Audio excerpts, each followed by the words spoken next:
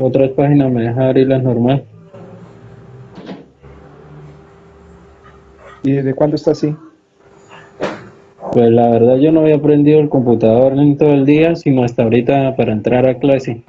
Entonces no sabría decirle si desde antes, porque ayer me trabajó bien en la mañana el computador y entraba normal a Atena y a las clases. Mm, bueno, sería mirar si la cuestión persiste, ya le digo, puede poner acá la que,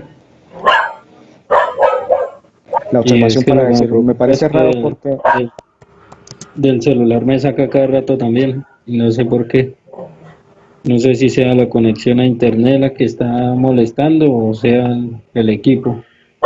esa falla no es posible. No, pero si se le sale del qué, y el internet, y el celular está también con Wi-Fi, Sí, sí, señor. conectada a Wi-Fi o datos aparte. Porque sí No, al Wi-Fi. puede ser que sea un problema del Wi-Fi.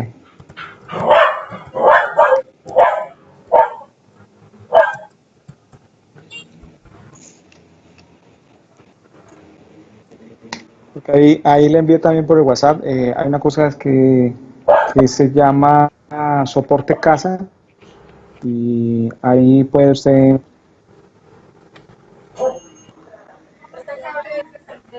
puede que, puede dar clic y generar, digamos, el requerimiento. Y ahí le dan respuesta, pero asegúrese que no sea la parte del Wi-Fi porque pues, eso sí no le dan a solucionar. Pues está extraño porque, digamos, si fuera un problema de la plataforma, digamos, ninguno podría ver. Yo acabo de entrar y sí está habilitada, no hay problema. Entonces puede ser una cuestión ahí del internet.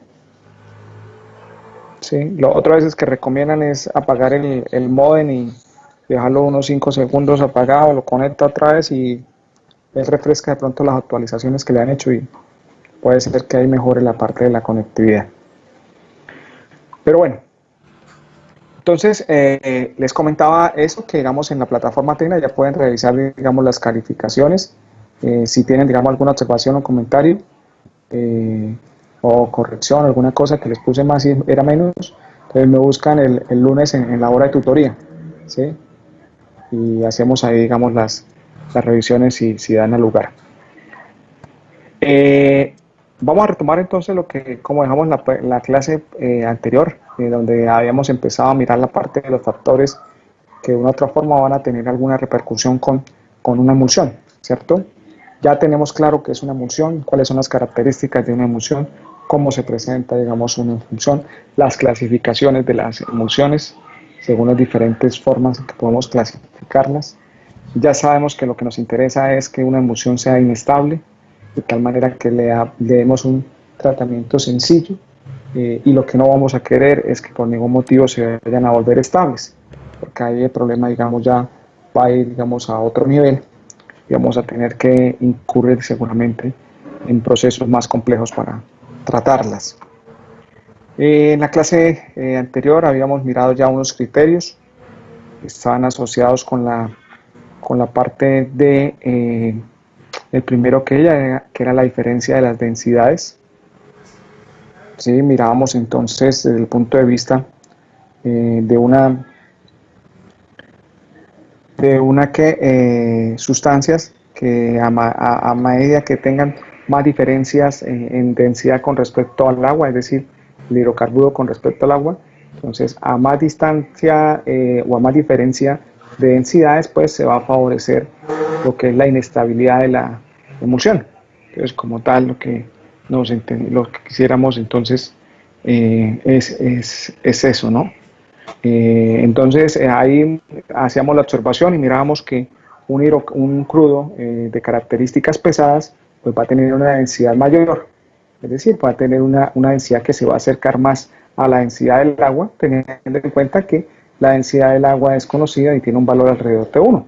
¿Sí? Les mencionaba a ustedes que podemos encontrar una densidad un poco más alta en aguas, sobre todo cuando digamos son aguas de tipo salmuera, es decir, con alta concentración de sales, podemos tener densidades alrededor de 1.1 más o menos. Pero digamos, ese es un buen parámetro para fijar la densidad del agua con ese valor de 1. Entonces, si tenemos un crudo pesado, pues ese crudo pesado puede estar en valores de 0.8, 0.9, algo, ¿cierto?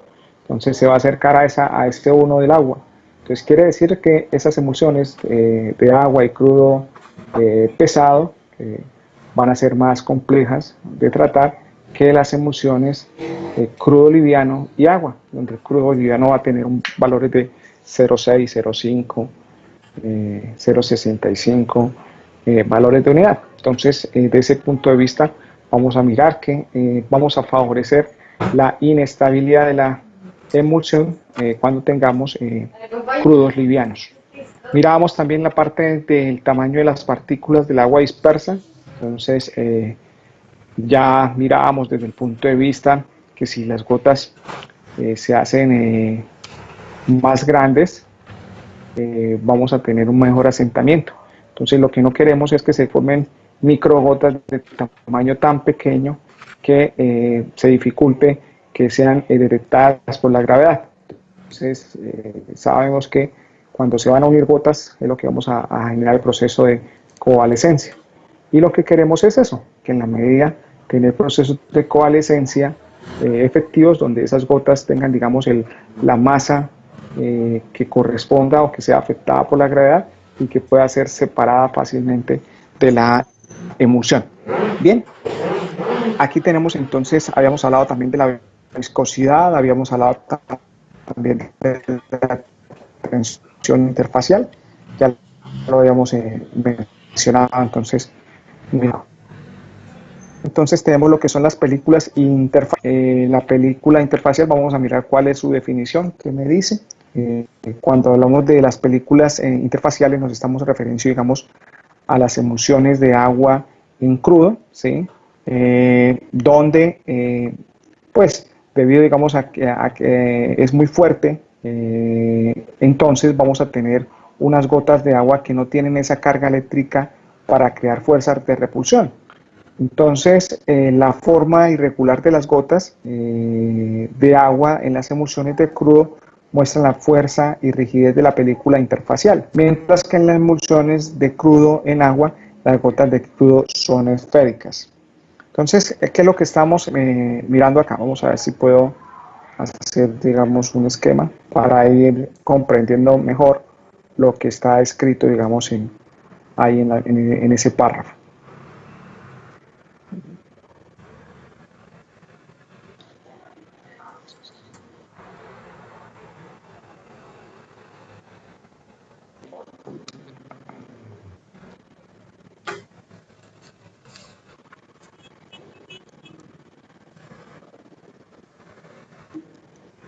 Entonces, vamos a leer otra vez más despacio eso para ir asimilando qué es lo que nos quiere decir.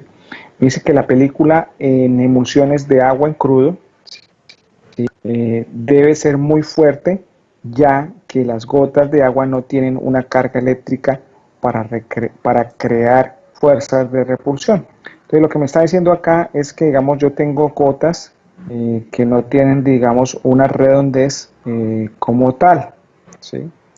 Y que, digamos, no tener, digamos, esa redondez se debe, digamos, a las condiciones de fuerzas de repulsión que no se generan como tal.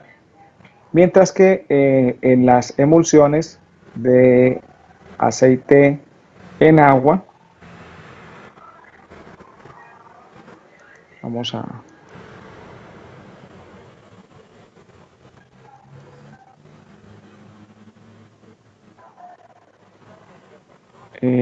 se salió la presentación, ¿sí?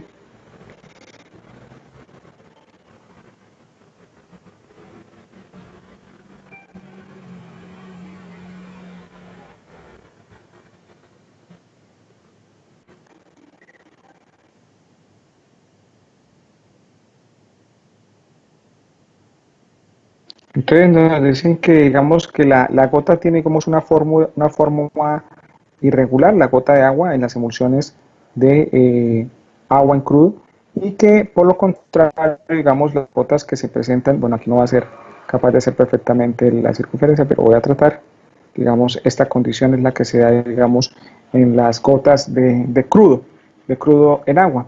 Entonces, esta forma, digamos, de tipo irregular se debe, digamos, a las películas de la fuerza interfacial, es decir, recuerden que alrededor de la gota vamos a tener lo que se conoce o como lo que se define como el agente emulsificante, ¿cierto? Entonces, que es esa capa como tal que va a tratar, que va a contener, mejor dicho de otra forma, eh, esa gota que no le va a permitir unirse, digamos, con facilidad a otra gota para hacerla, digamos, más pesada, ¿cierto?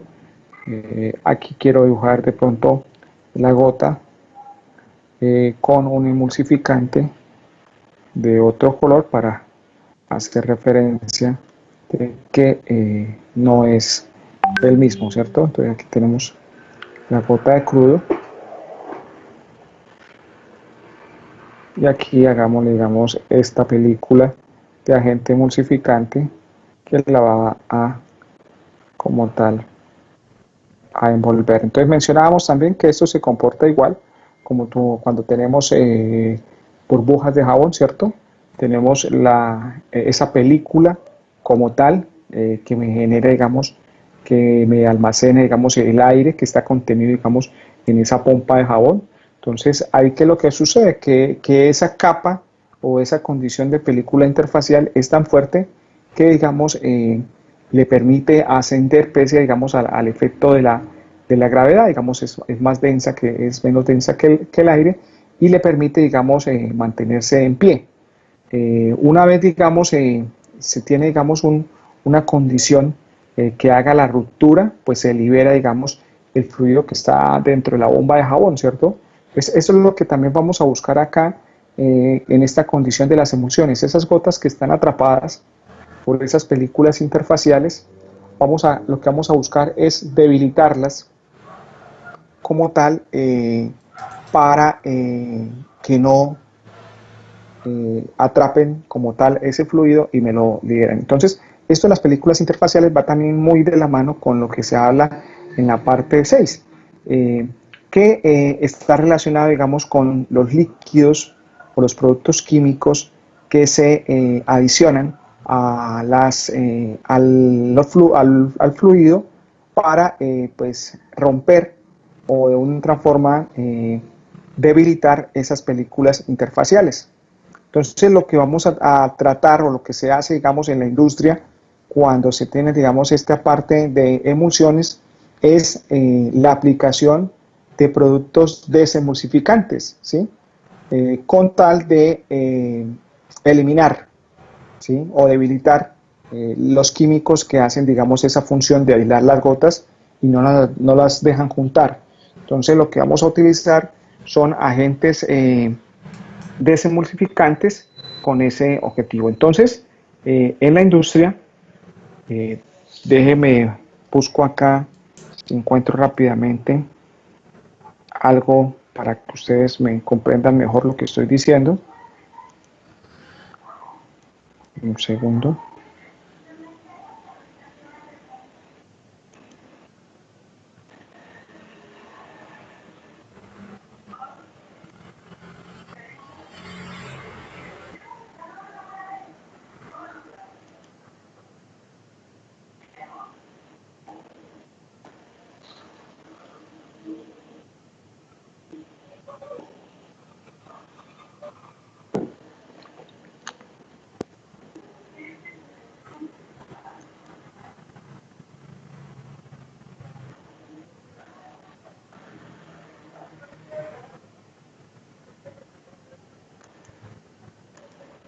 Voy a compartirles otra presentación.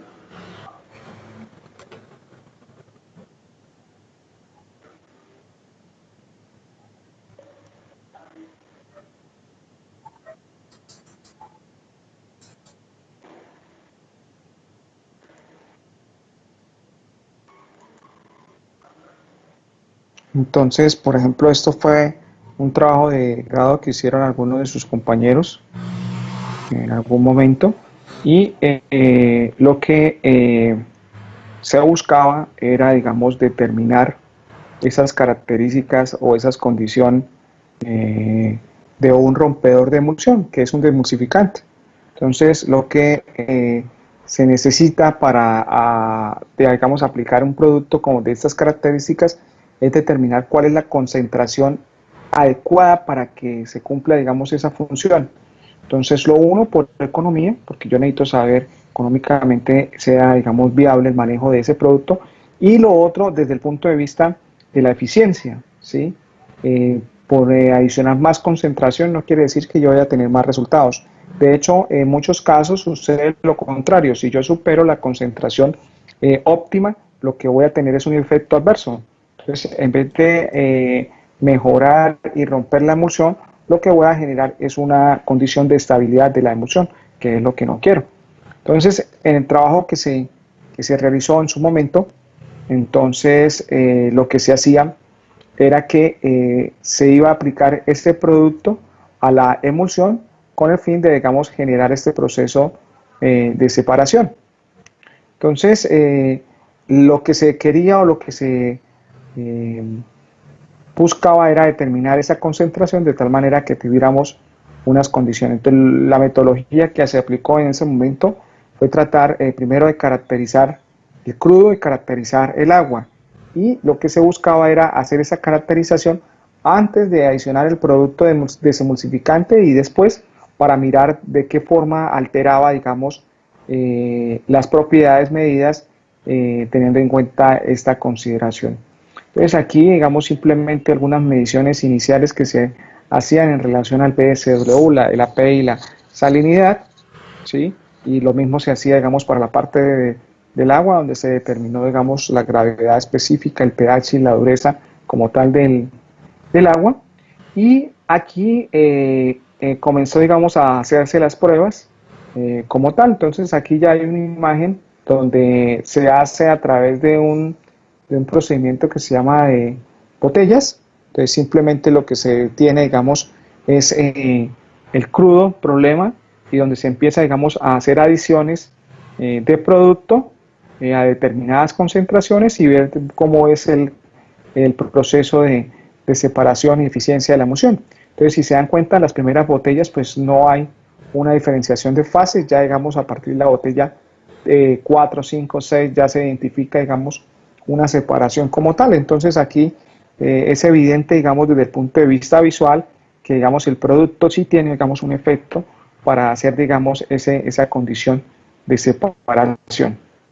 Entonces, aquí básicamente se, se hizo, digamos, la prueba bajo unas condiciones, se adicionó, digamos, el producto desemulsificante y como tal se dejaron de 1 a 24 horas a diferentes concentraciones de producto, así en 250, 500, 750 y 1000. Y lo que podemos identificar o los resultados que se tuvieron no fueron satisfactorios en relación de que estaban a la condición de temperatura ambiente, ¿sí? No hubo variación o marcación, digamos, de respuesta en ese sentido. Eh, Después lo que se hizo, digamos, fue mirar cómo se comportaba. Aquí tenemos el volumen del agua y aquí ya tenemos, digamos, las concentraciones. Y aquí lo que estamos viendo ya es con los resultados ya aplicando calor. Entonces lo que se hizo fue colocar, digamos, los flujos, los fluidos, el crudo y la solución a la temperatura de campo, ¿sí? Entonces estaba sobre los 50 grados Celsius, si no estoy mal, de pronto por aquí más adelante nos está diciendo el reporte, y ya digamos con la aplicación de temperatura ya se empezó digamos a tener respuesta de separación. Estos son los datos a 1 hora, a 2 horas, a 12 horas y a 24. Entonces aquí vemos una concentración de 100, de 250, 500, de 1000 en el tiempo y vemos digamos algunos resultados en esa línea. Igual, vamos a mirar acá, cada vez de pronto generando, digamos, alguna condición aquí se está midiendo, digamos, el agua en centímetros, estos son en horas, aquí tal vez es la misma prueba, pero con resultados. Bueno, aquí las concentraciones que se manejaban entre 100 y 1000, aquí también concentración entre 500 y 1000. Bueno, aquí simplemente está mostrando más resultados de lo mismo. Aquí ya entonces, ya con esa previa, se comenzó a identificar cuáles eran las concentraciones que tenían una mayor respuesta favorable en la separación del agua. Entonces se encontró, digamos, que concentraciones de 700, 800 y 900 eran las que reportaban, digamos, los mejores comportamientos. Y a partir, digamos, de esas respuestas, se empezó, digamos, a caracterizar. Aquí están las caracterización antes y después de la aplicación del producto, como, digamos, registró el BSW de 38% de BSW y se obtuvo al final un BSW con 800 partes por millón de 3,34, o sea, hay una reducción bastante, digamos, satisfactoria en porcentaje. De 38 pasamos a 3,3. Aquí también pues mejora las características del crudo en su API. Y aquí, digamos, en la parte de la salinidad, ¿cierto? Entonces, lógicamente, si estamos quitando más agua, se va a ver digamos, una reducción en la cantidad del agua. Aquí, las características de la medición del agua como tal. Entonces, digamos, no hay así una variación significativa desde el punto de vista de pH, se mantiene igual el valor de pH. Digamos, en la dureza sí se registró, digamos, una leve reducción y en la gravedad específica un leve aumento. Entonces, con lo que se hizo, pues se llegó, digamos, a determinar que la concentración óptima para la aplicación de este producto era 800 partes por millón, ¿cierto? Y donde se obtuvo, digamos, se alcanzó, digamos, un resultado del 91,2%, ¿sí? Entonces, básicamente, esas fueron, digamos, algunas observaciones. Entonces, quería mostrarle esto, simplemente para que pudiéramos ver, digamos, un proyecto que se hizo como tal, digamos, ahí en las unidades con el fin de determinar la concentración óptima de rompedor de emulsión, de desemulsificante. Entonces, esa es una actividad o una acción que se realiza bajo este esquema, considerando, digamos, la necesidad de alcanzar esa concentración óptima. Les mencionaba que también si se supera, digamos, esa concentración, pues vamos a perder dinero porque vamos a inyectar más producto del necesario, y también se tiene la dificultad de que si se adiciona más producto, pues podemos generar, digamos, en algún momento el efecto contrario.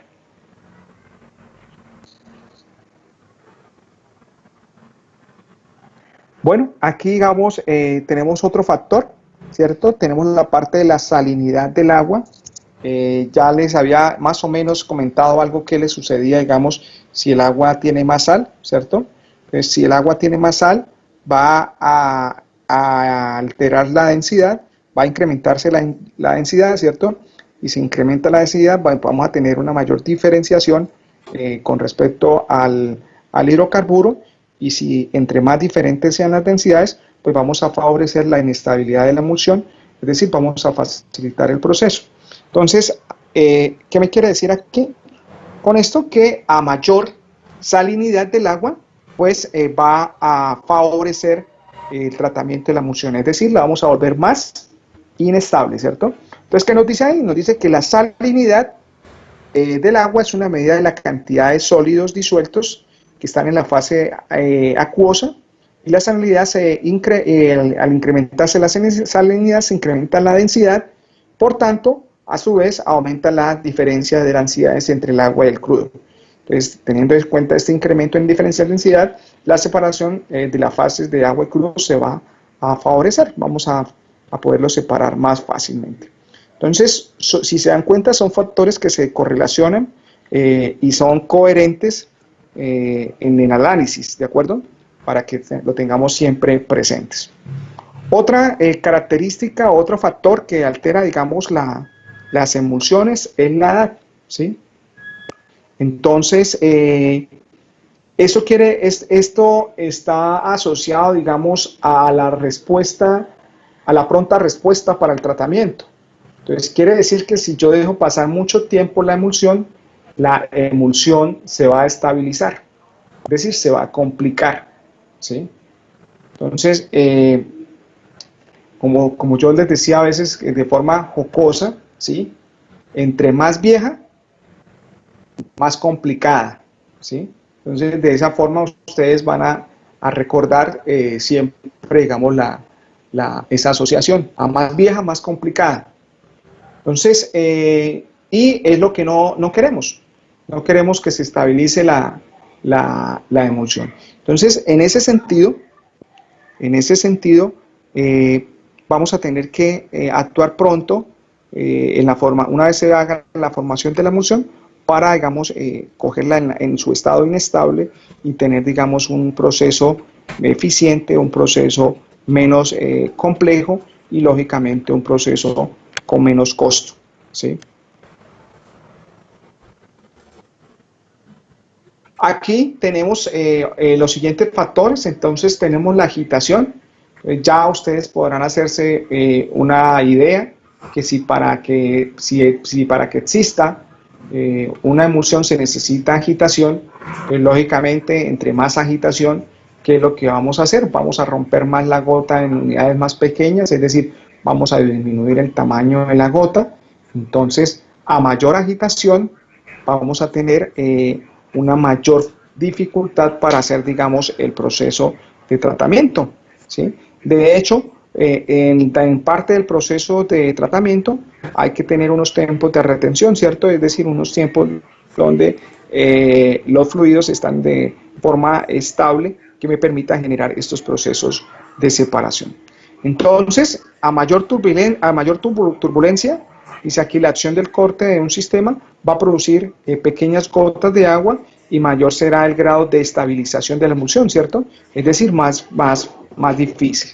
Entonces, hay que ustedes ir asimilando, digamos, estos factores de tal manera que cuando tengamos un caso de estudio o casos de estudio o comparaciones de casos, ustedes fácilmente puedan establecer cuál es la respuesta o el comportamiento de una emulsión, si se va a estabilizar, si se va a inestabilizar, y si se va a inestabilizar, cuáles son los tratamientos que debo aplicar, y si por el contrario se estabiliza, entonces cuál es, digamos, la condición a los cuales debo actuar.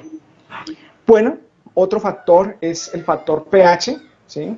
Digamos, aquí en el factor pH, digamos, no hay, digamos, una condición que me genere, digamos, una sola respuesta.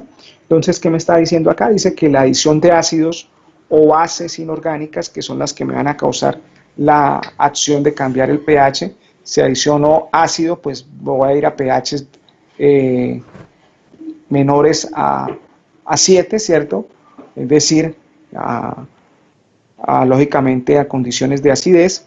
Y si adiciono bases, pues lógicamente pues voy a incrementar el pH, es decir, por encima de 7.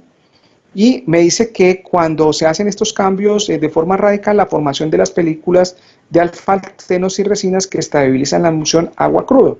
Entonces, aquí no hay, digamos, una sola respuesta, le mencionaba, porque, digamos, la estabilidad de la emulsión va a depender mucho de cómo es el tipo de emulsificante que se tiene, ¿sí?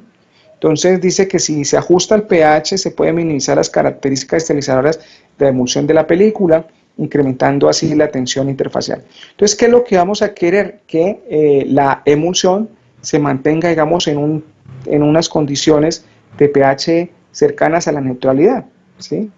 Porque si nos vamos hacia la acidez, vamos a tener alteraciones. Si nos vamos hacia la basicidad, vamos a tener alteraciones. Entonces, ¿qué es lo que vamos a necesitar?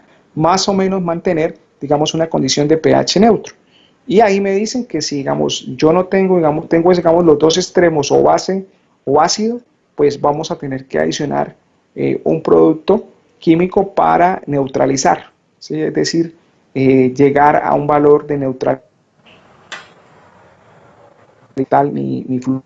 Entonces, si yo tengo, si la medida me da un ácido, digamos un pH ácido, pues yo tengo que adicionar una cantidad de bases para llevarlo al pH deseado, ¿cierto? No exceder la cantidad de base, porque si no, entonces me voy al otro extremo de volverle una base y eso es lo que no quiero. Quiero es que se mantenga, digamos, en el rango de la neutralidad.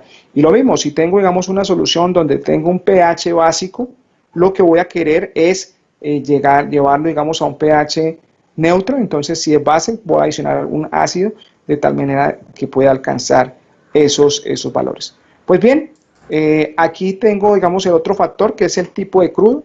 Entonces ya nos vamos a relacionar el tipo de crudo seguramente con lo que aquí vamos a hablar también de las densidades.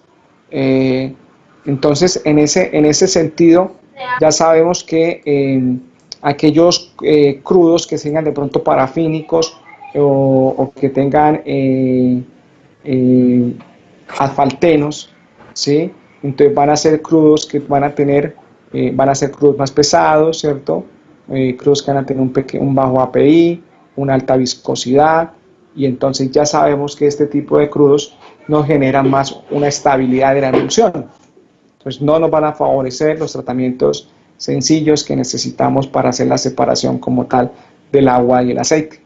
Entonces, y lo contrario, si tenemos flujos, digamos, livianos, flujos con un alto API, con una muy baja viscosidad, entonces va a ser, o vamos a obtener, digamos, emulsiones que se van a caracterizar por ser inestables.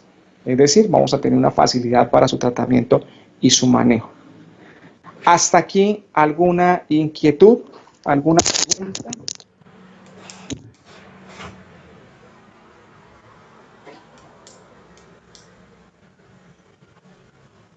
No, profe.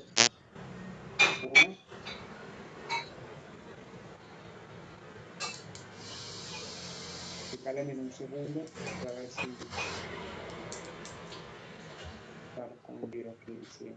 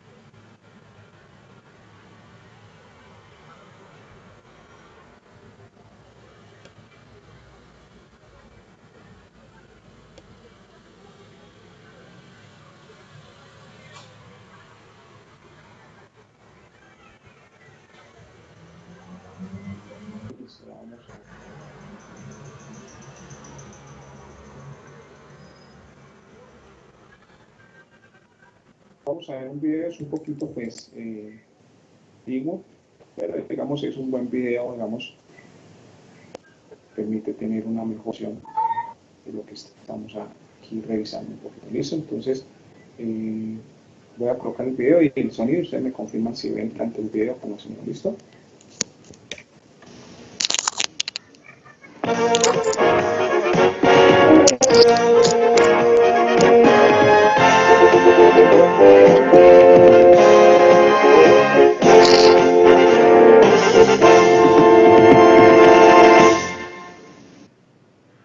¿Me confirman si lo están viendo y escuchando? Sí, señor. Sí, señor. Se escucha bien. Ok, listo. Principios básicos de las emulsiones y las unidades de tratamiento electrostático.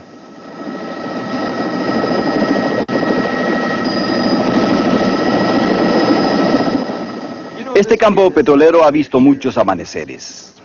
Hemos estado produciendo por varios años y en ese tiempo el campo ha sido bueno con nosotros. Pero como dice el viejo dicho, todo tiene su final y este campo no es la excepción.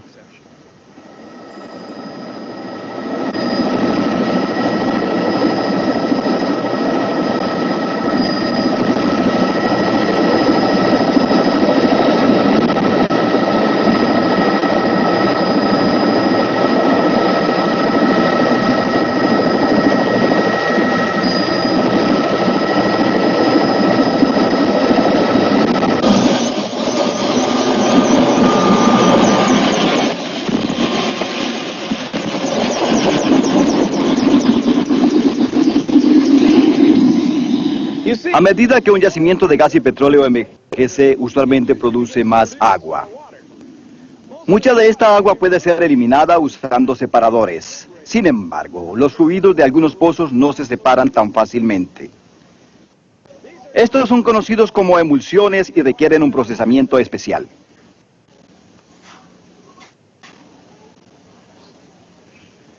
Esta es la primera sección del módulo que trata sobre las emulsiones y las unidades de tratamiento electrostático. En ella estudiaremos las emulsiones y las unidades de tratamiento.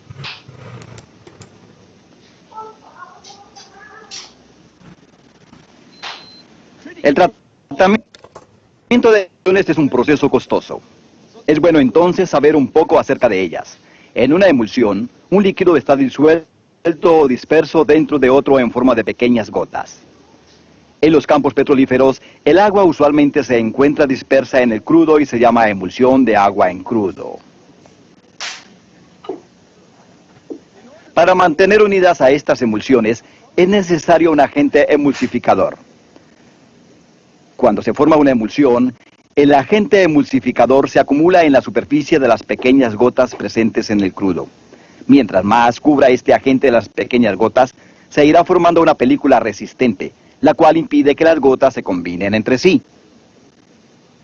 Los agentes emulsificadores más comunes en los campos petrolíferos son asfalto, resina, parafina y los gases orgánicos solubles en crudo. En otros yacimientos estarán presentes otros agentes emulsificadores en forma natural. Para separar una emulsión, estos agentes emulsificadores tienen que ser neutralizados o destruidos. En el campo, una emulsión se puede llamar fuerte o difícil de separar, o suave para especificar que es fácil de separar, dependiendo del tipo y cantidad de agente emulsificador presente. La estabilidad de una emulsión depende de varios factores, incluyendo el tipo de agente emulsificador, viscosidad y gravedad API del crudo, porcentaje de agua, agitación, tamaño de las gotas y la edad de la emulsión. Ahora que hemos visto cómo se forman las emulsiones, veamos algunos de los métodos para tratarlas.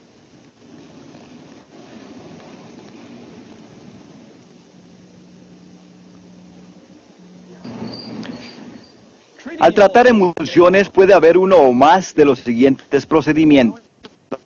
Dejar que la emulsión se sedimente, aplicar calor para acelerar la separación, inyectar químicos para separar la emulsión, usar electricidad para ayudar en la combinación de las pequeñas gotas o usar dispositivos mecánicos para eliminar el agua libre. Veamos cómo funcionan algunos de estos. Primero necesitamos una emulsión, así que utilizaremos este recipiente. Y en él pondremos aceite.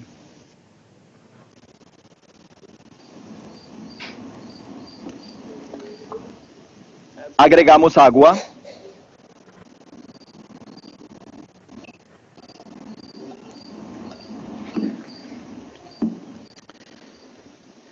Agitamos bien. Y aquí la tenemos. La forma más simple de tratar una emulsión es mediante la sedimentación. Como el agua es más pesada que el crudo, esta se sedimentará en el fondo del tanque, como ocurre con nuestra emulsión. El tiempo necesario para separar completamente una emulsión se llama tiempo de sedimentación. Aunque algunas emulsiones se pueden tratar mediante sedimentación, este es un proceso lento que se puede acelerar con calor. El calentar una emulsión ayuda en varias formas. Esto hace que las gotas de agua se muevan más rápido y choquen en el emulsificador. Así se forman y separan las gotas más pesadas. Con el calor se disminuye la viscosidad del crudo, permitiendo que las gotas de agua se desprendan más fácilmente. El calor acelera la reacción química, haciendo que las gotas se expandan hasta romper la película, permitiendo que se combine con otras mayores y así separarse. El uso del calor para acelerar el proceso de separación de energía y desgaste del equipo. El exceso de calor también puede quemar los bordes ligeros del crudo, disminuyendo así las ganancias. Un tercer método para acelerar la separación implica el uso de químicos. Estos químicos se activan al entrar en contacto con la película que cubre las gotas, destruyéndolas y permitiendo a las gotas combinarse entre sí y así separarse del crudo. Tal como con el calor, los químicos lo deben necesario. Demasiados químicos podrían ser un desperdicio y podrían crear emulsiones de crudo en el agua. Los medios implican dispositivos mecánicos y la electricidad. Los dispositivos mecánicos tales como los tanques de asentamiento y los deshidratadores utilizan electrostáticos, usan electricidad junto con calor y químicos para hacerlo. Estos discutirán en las secciones 2 y 3. Estos son los métodos más comunes de tratamiento de emulsiones hoy en día. Para averiguar cuáles métodos se usan en su área, leer su manual de electrostático. Nos vemos cuando usted esté listo.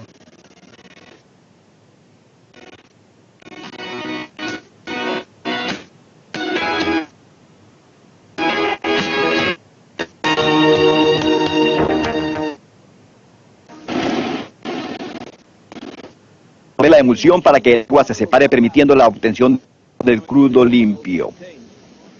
El clima, la cantidad y el tipo de fluido a tratar, las características de la emulsión y el costo de la unidad. En esta sección veremos un tratador electrostático y sus componentes.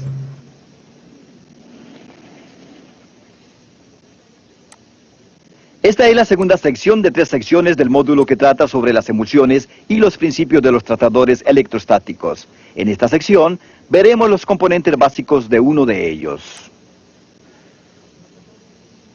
Los tratadores electrostáticos, a veces conocidos como tratadores quimoeléctricos, son los que usan calor, químicos y electricidad para separar una emulsión. El campo electrostático en ellos ayuda a que las pequeñas gotas de agua formen gotas más grandes y se separen del crudo. El tratador electrostático de una concesión está diseñado para tratar los fluidos de esa concesión. Por eso, al diseño básico se le puede hacer cualquier modificación. Identifiquemos algunos de esos componentes básicos. Localizados alrededor del tratador, estos tienen varias funciones cuando el proceso de tratamiento toma lugar. El concepto de tratar una emulsión es un proceso simple. La emulsión entra al tanque a través de esta tubería. Una vez procesada, el agua sale por aquí y por aquí. El gas, el cual se ha separado de la emulsión, sale por la parte superior del tanque. Varios componentes toman parte para que todo esto ocurra adecuadamente.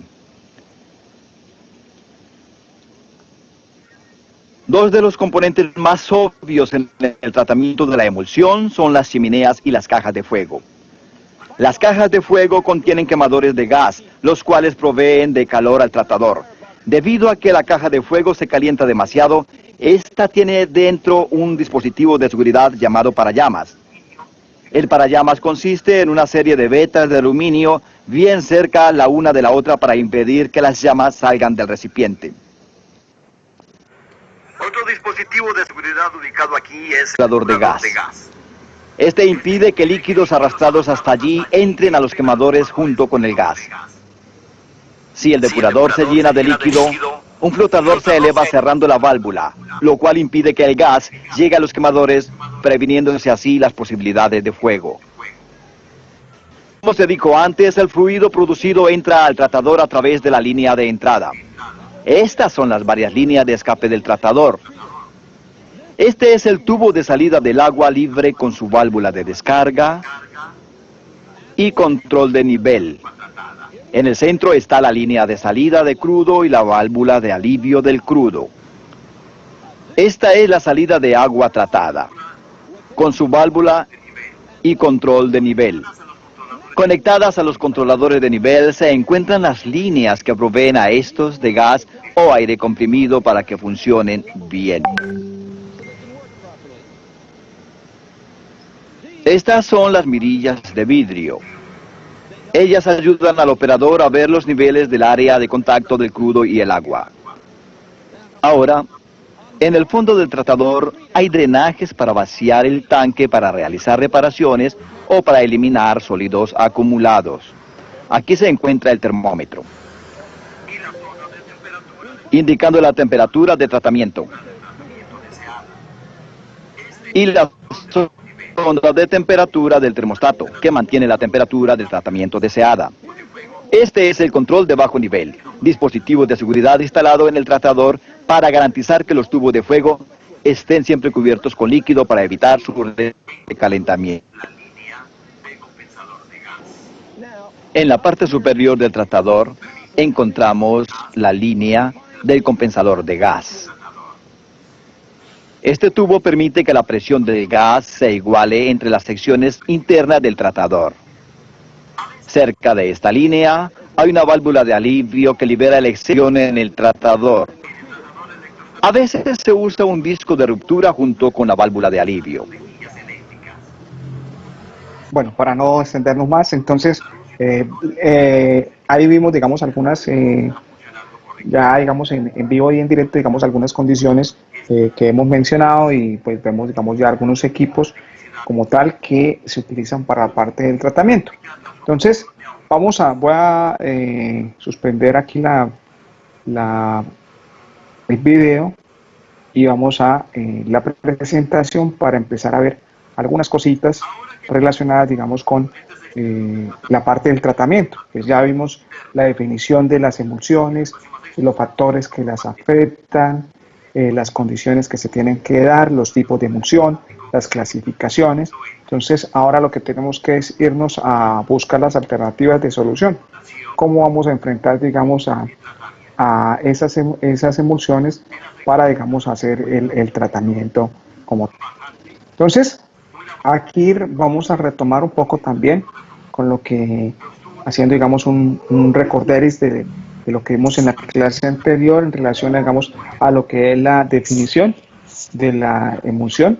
Entonces, recordemos que vamos a hablar de una fase continua, de una fase dispersa, y vamos a saber que también vamos a tener dos tipos de emulsiones, lo que es la emulsión de agua en crudo y de crudo en agua.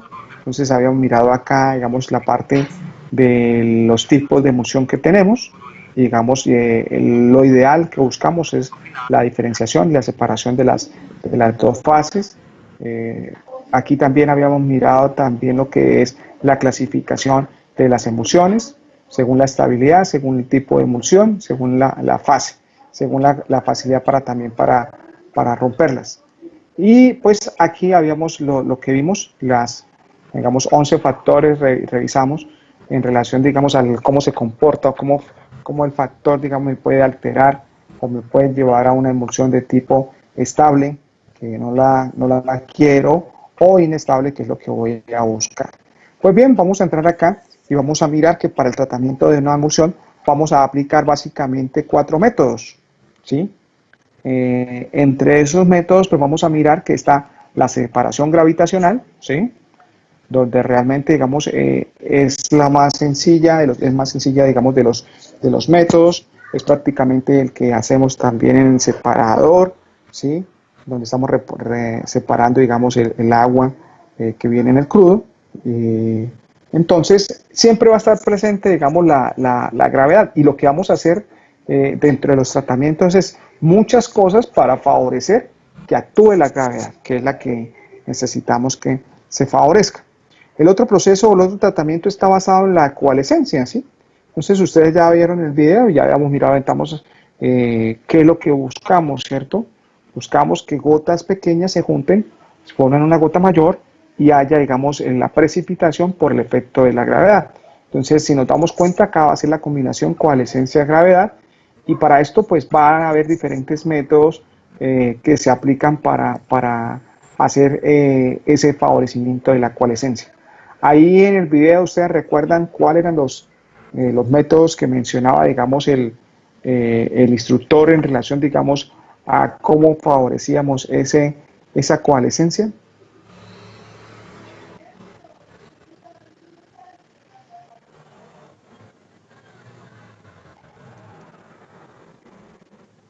¿Qué dice María Camila?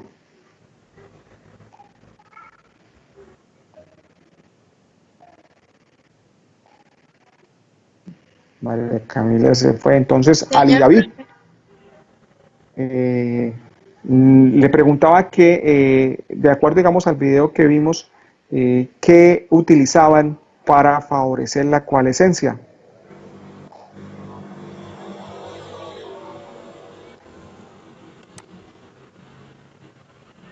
Profe, Bueno, la verdad no escuché mucho, muy bien el video porque, o sea, como que se entrecortaba mucho, tal vez por mi internet. bueno, ¿qué le ayuda ahí a María Camila a darle, digamos, respuesta a esa pregunta? Utilizaban calor, Luis Fernando, bien, calor, ¿cierto? Una de las cosas que se utilizaban era calor. ¿Qué otra? o la sedimentación por el tiempo y, Bueno, digamos, por el tiempo. ¿Qué más? y tenían mucho cuidado en la temperatura porque podía quemar los bordes y eso generaba pérdidas económicas. Ok. Hay otro que él aplicó, que él utilizó ahí. ¿Cuál era? El de químico. ¿Sí lo recuerdo? El químico, muy bien. Entonces, sí, él mencionó eso, sí, ya después se fue a hablar de los equipos que aplicaban, digamos, diferentes procesos como el tratado electrostático. Pero sí, él menciona, digamos, la parte del calor, y el calor, pues, se favorece, digamos, el tratamiento de la emulsión, porque él va a debilitar lo que es la capa que está alrededor de las gotas,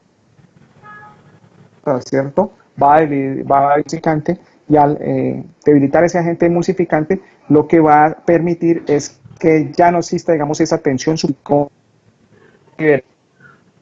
digamos, el fluido que está en desificante, y va a unirse a otro fluido, a otra gota, ¿sí? Y va, digamos, a hacerlo de mayor tamaño y va a precipitarse.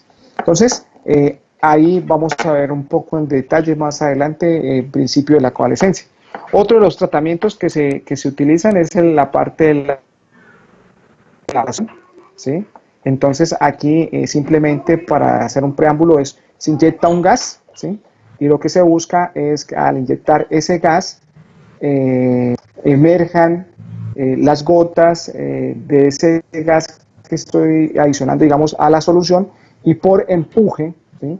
Esas gotas tienen una afinidad con la fase dispersa. Entonces, una vez esas gotas sean afines a esa fase dispersa, pues arrastren como tal esa fase dispersa. Entonces, un poco, digamos, lo que sucede acá es cuando nosotros hacemos, digamos, destapamos una bebida gaseosa e introducimos un pitillo, ¿sí?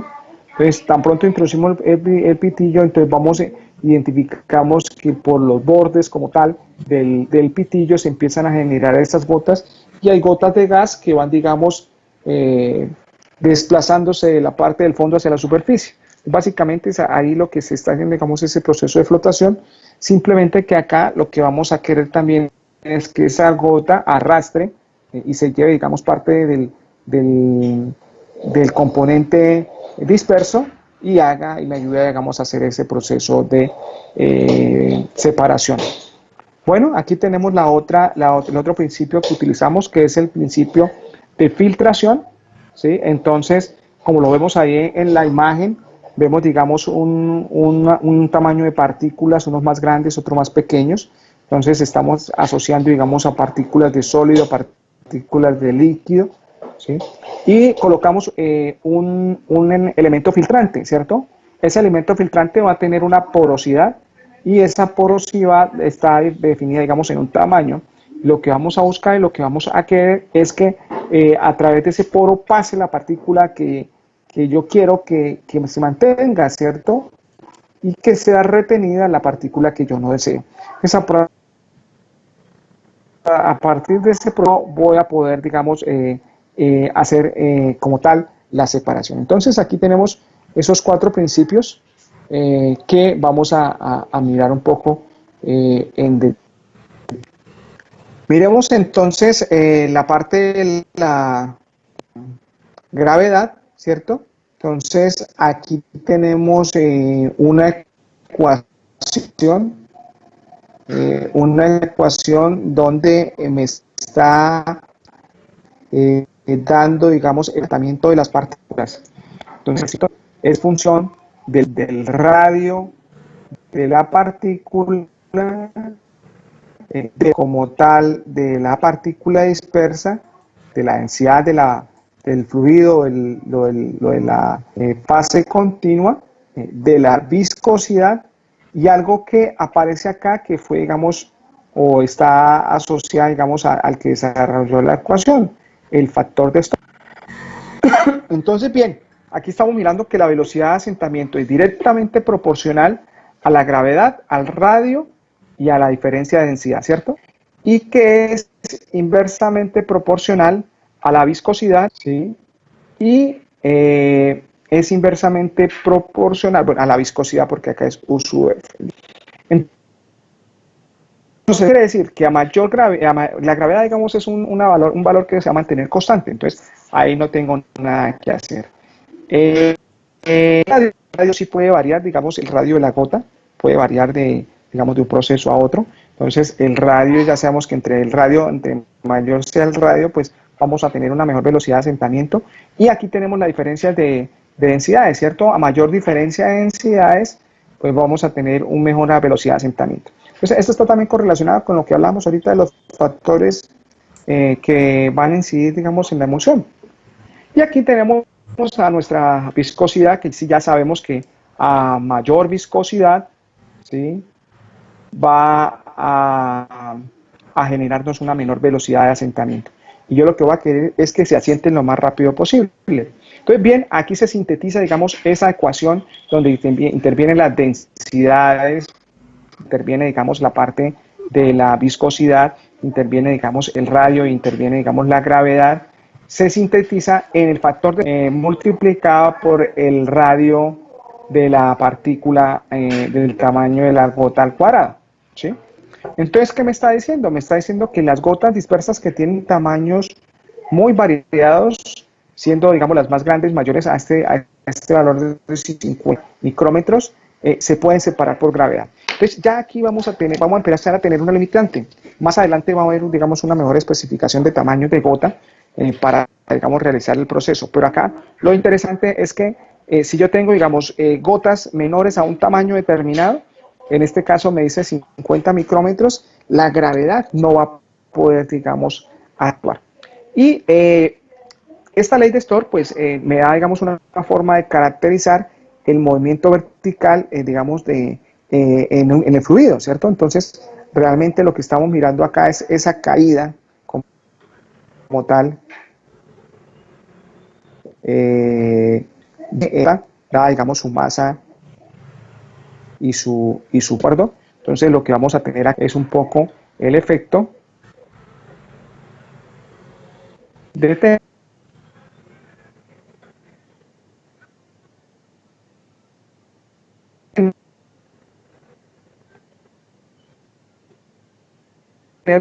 digamos,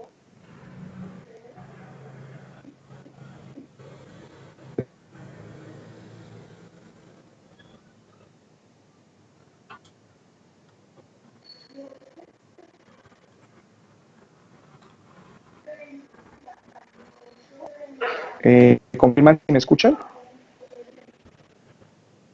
Sí, señor, sí, lo escucho. Sí, profe.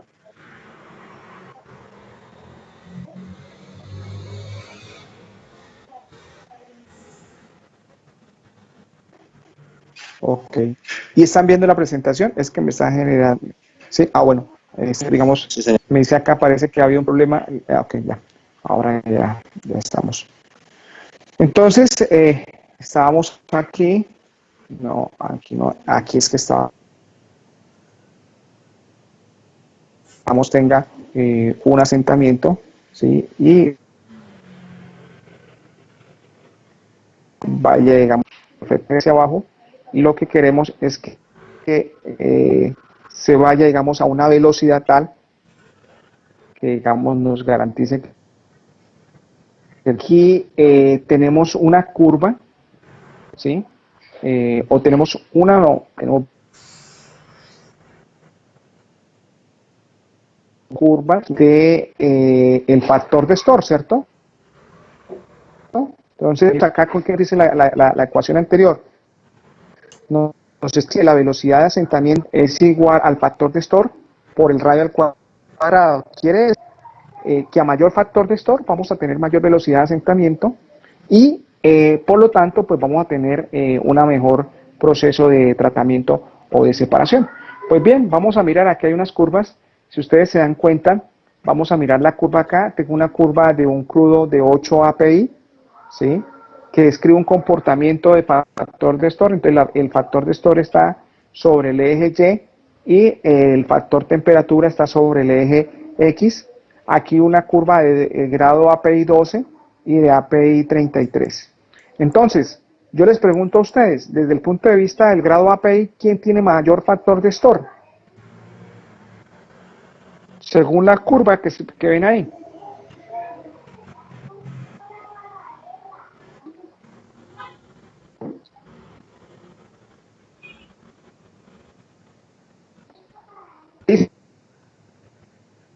Dice Edwin, ¿quién tiene mayor factor de Stohr de los tres crudos que nos están presentando?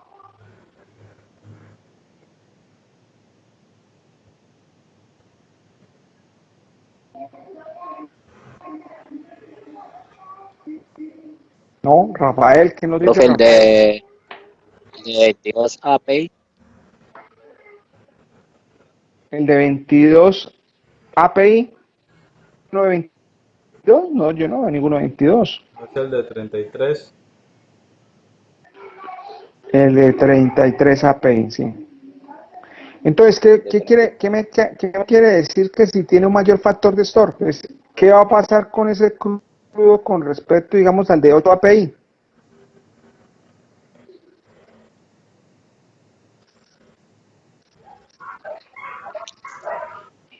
¿Viscosidad? ¿Ah? ¿Qué va a pasar?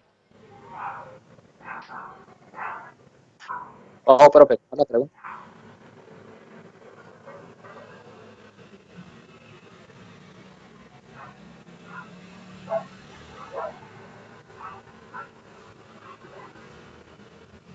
¿Qué me decían, jóvenes? ¿Cómo era la pregunta, profe? ¿Qué decía Luis? Que la... La pregunta era que tenemos una curva ahí Sí, de tres crudos, uno de 8, otro de 12 y uno de 33, ¿sí? Y yo les preguntaba cuál tenía más factor de Stohr, ¿sí? Entonces ya me respondieron, me dijeron Sí, que era el que de el de 33. 33. sí. Entonces, ¿qué quiere decir que tenga más factor de Stohr? Es decir, ¿qué puedo decir del crudo de 33 API con respecto al de 8 API en relación a la velocidad de asentamiento? ¿Quién tiene mayor velocidad de asentamiento? Las que tienen mayor store. Sí, es decir, el crudo liviano, ¿cierto? De 33. Entonces, ¿qué me quiere decir? Que, digamos, aquí estamos validando a través de estas curvas, lo que ya habíamos visto en los factores, que un crudo que es liviano va a ser más inestable y me va a favorecer el rompimiento de la emulsión que un crudo pesado. Bueno, eso por un lado. Por otro lado, miremos la temperatura. ¿Qué a los crudos en función de la temperatura mejora o empeora el factor de Stoll? Mejora. Mejora. Mejora. Bueno, yo le digo sí y no. Y le digo sí y no porque sí es evidente que en la medida que va aumentando la temperatura, va Pero incrementándose el factor de Stoll en todos los casos. no aumentar mucho, pues, Sí, cuéntame. luego va decayendo, ¿no? Ah, bueno, entonces, ¿qué sucede? Algo interesante acá, que la temperatura va a tener, digamos, un comportamiento antagónico después de un intervalo, ¿cierto? Entonces, ¿qué me está diciendo acá? Que por no calentar demasiado, voy a tener, digamos, un valor siempre proporcional de factor de Stoll. Entonces, aquí estamos identificando que va a haber un intervalo de temperatura adecuado. Después de ese intervalo de temperatura, lo que yo hago es un efecto contrario, es decir, voy a reducir el factor de Stoll y por lo tanto, pues voy a favorecer como tal la emulsión. Entonces, esto va a ser muy importante porque mire, por ejemplo, el caso de crudo a 8 API, digamos, él arranca acá sobre los 100 Fahrenheit y mire que más o menos sobre los 300, yo creo que entre 270 más o menos puede ser, empieza a tener una declinación, ¿cierto? Entonces, ¿qué quiere decir? Que en este punto, realmente yo voy a hacer si yo voy a utilizar la temperatura para hacer un tratamiento, pues yo no debo pasar o superar los de 270, 280 grados Fahrenheit, porque lo que voy a tener es un efecto contrario. Y además de eso, si yo quiero elevar en un grado más la temperatura, pues eso es energía. Y si es energía, es costo. ¿Sí? Va a ser diferente al el gasto que voy a utilizar para calentar a 280 al gasto que voy a necesitar para calentar, digamos, a 350. Entonces, eso es bien importante tenerlo en cuenta y tenerlo presente. ¿De acuerdo? Después de esto, vamos a mirar que aparte de Stoll, pues han habido, digamos, otros autores que han empezado, digamos, a meterle mano a la ecuación, ¿cierto? Donde han querido, digamos, mirar, digamos, algunos efectos que la ecuación original no ha tenido. Entonces, aquí vemos a Hartman, lo que hizo fue introducir un factor de corrección,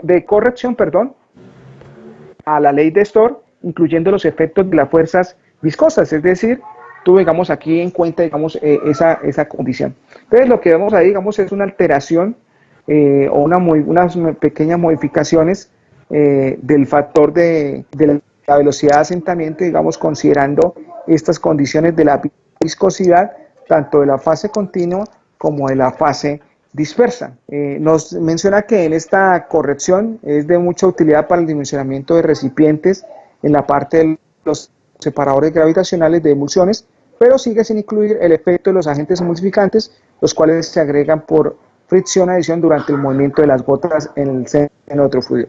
Bueno, sin embargo, digamos, vamos a seguramente en la próxima clase o de pronto para un taller, digamos, aplicamos algunos cálculos para ver, digamos, un poco más en detalle el manejo, digamos, de lo que son estos factores y cómo, digamos, nos generan, digamos, alguna información interesante, ¿de acuerdo?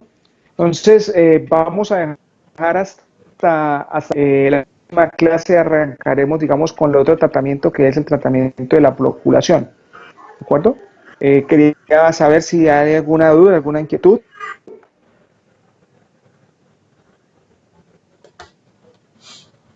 No, señor. No, profesor. Listo, entonces estén pendientes este fin de semana, el lunes en la mañana, en revisar su plataforma Academusoft. Por favor, validen, digamos, las notas. Si hay alguna inquietud, alguna duda, por favor, transmítamela lo más pronto pronto puede ser a través del correo electrónico o ustedes ya saben, ustedes tienen los horarios de tutoría, entonces el día lunes yo estoy de 9 a 12 ahí, digamos, en el salón de tutorías para que me hagan, digamos, comentarios. Importante hacerlos, digamos, en ese mismo día a más tardar, porque, digamos, la plataforma de Acamusoft ya se cierra, digamos, el día martes. Entonces, si hay alguna observación, algún comentario, por favor, hacerlo, digamos, prontamente. Yo no Señor, cuénteme, Luis Fernando. el quiz ni el trabajo. Señor. Yo no presenté el quiz ni el trabajo por Atena. ¿Y por qué no me envió el trabajo por correo? Pues se lo hubiera podido haber enviado. Bueno, Luis Fernando, en el quiz tenemos solución, digamos, la misma nota que sacó es la misma nota del quiz para ahí. Y si quiere envíeme un correo, me hace, digamos, la observación que usted me está dando y yo le respondo, digamos, a través del correo, ¿listo? Bueno, ingeniero. Listo. Bueno, jóvenes, creo que todos ya hicieron la autoevaluación. Si alguno no lo ha hecho, por favor háganla porque es, digamos, un registro que ustedes tienen que es de su completa disposición y muchos de sus compañeros a veces por descuido no diligencian este registro y pues después vienen, Profesor, digamos, los inconvenientes. Dime, María Camila. estaba revisando la plataforma y a mí no me aparece ninguna nota en facilidades.